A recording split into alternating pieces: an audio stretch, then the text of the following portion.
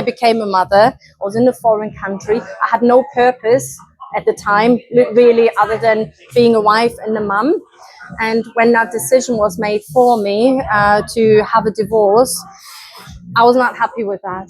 And it was like someone pulled the rug from under my feet, and my only purpose was being a mum. And that was one thing I really struggled with.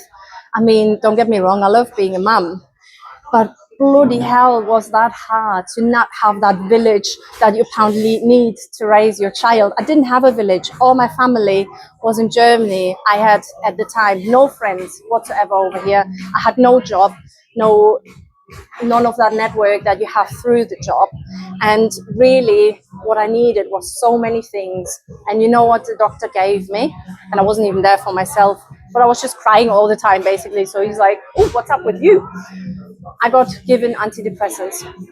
I didn't have clinical depression. I was depressed.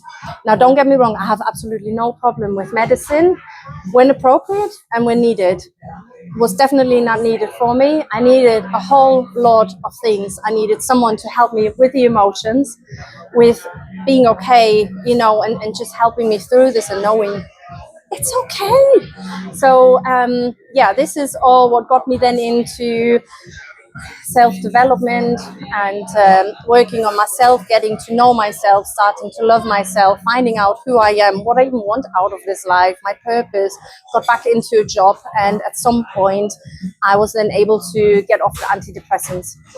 Not in the healthiest of ways. I just went cold turkey. I felt like absolute who for about a week. Luckily, my mum was over for a few days and she helped me through it because I could not look after my child. I was in bed with stomach cramps and all sorts of things. So, again, fast forward a little bit.